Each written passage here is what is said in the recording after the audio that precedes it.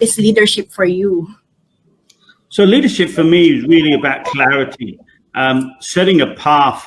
I used to say in Qatar, it's interesting, having been in many different countries and cultures, the work ethic and the work politics are very different as well. And so you have to be adaptable as a leader to adjust to the different styles that are required. There is no one style. There is no your style, to be honest. I don't agree or believe that my style is the right style. My style has to adapt to what is required in the country, in the culture, in the politics of a company. And if I can't adjust and get my team to change in those changes required, then I'm not helping them as a leader. That's what I see as a leader.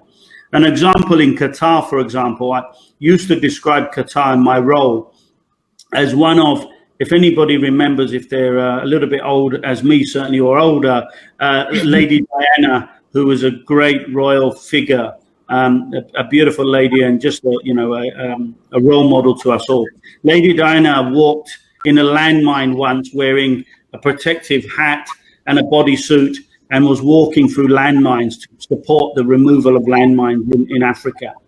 And I looked at my role in Qatar almost like a landmine sweeper, where my job was to go in front and move out the mines for my team so that they could come in and do their job. And the mines were political, were leadership-based, ego-based, department-based, silos. You can call them how you want.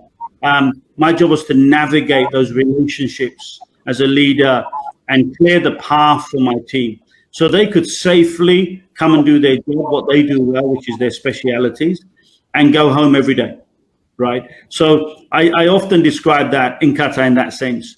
In where I am in Asia, here in AirAsia, I have to be constantly looking at technology and innovation and creativity and sharing those ideas and those companies like yourself and concepts of different things that we could try and showing them to my team first and saying, hey, take the chance, take a risk, let's give this a go, and encouraging them to take chances. So I have a different role here.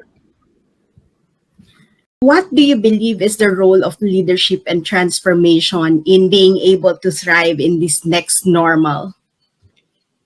Oh, I think being aware and having a plan, right? It's our job to give direction and vision through having a structured plan. I don't think that we need to be structured. We need to have some direction. We may not know the landscape ahead. And, we all wish the crystal ball was with us that worked. The reality is we're more fluid in the future than we've ever been before as a world. And so we're all in that same position. Nobody knows. Nobody can guess in anything. And so that, for me, that's a common place. So in doing so, what do we then want to achieve in the world of unknown? What do we make known? Call out some of the known items that you want to achieve.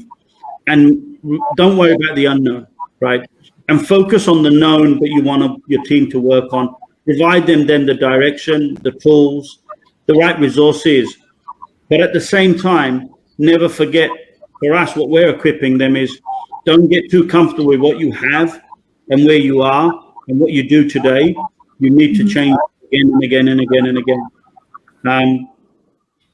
It's like, I philosophically, I say in discussions with people that we've now become a global communism, globe of communism, in that sense that we no longer have the basic rights as we took for granted that we could leave our suburbs, our areas, our districts, our towns, or go to the city because we have these various controls in place at different levels in different countries. The reality is that's, in want of a better word, it's what some communist countries go through every day. And they're very successful in living. They're very successful in entrepreneurialism. They still deliver performance globally, some of the best. But when we in countries that thought we had these liberties, had those taken away, like we can't fly anywhere, we don't know how to deal with it. And yet the countries that have always lived in it, they just get on with it. And so for me, it's about not worrying about what you can't control and focus on what you want to achieve. They might be smaller time frames of achieving things, They may be improvements to make on things that you never took on before, but whatever it is, focus on what you can deliver.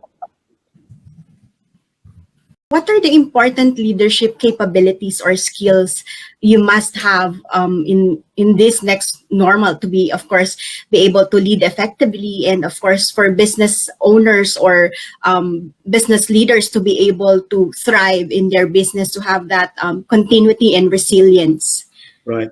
Yeah, I think one of the most important things now is change management. If we can't change what we do and how we do it and how quickly we do it, pivoting within that change fast is going to be really important.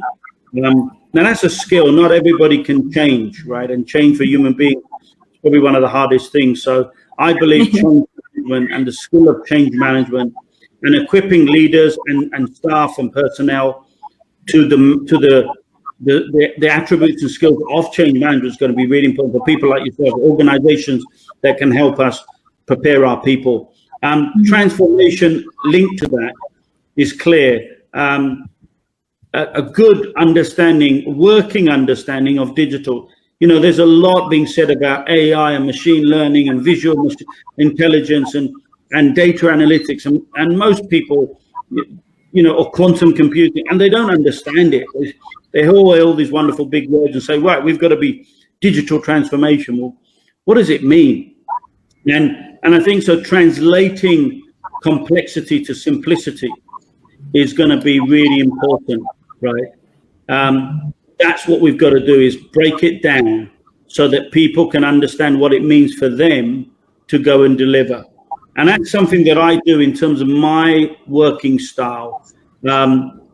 Being fortunate to work in many countries, but also in different industries within aviation, so ground handling, airline, and airports.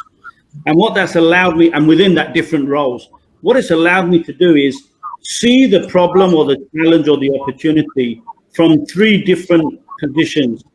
You know, I challenge myself and my team that if I can't give, for every new product or service or solution or process improvement, at least three benefits, tangible benefits that can support each three of those businesses, we're not going to do the product. So if I can't, so what do I mean by that is when I'm talking to the airport, I can give them three benefits relevant to their specific business model. Ground handler, three benefits to the ground handler, and three benefits to the airline. And when I do that with examples to my team, practical examples, having done the jobs, they understand what they then need to deliver and make happen. And that for me is transformation. That's how we deliver technology, by making it meaningful and simple.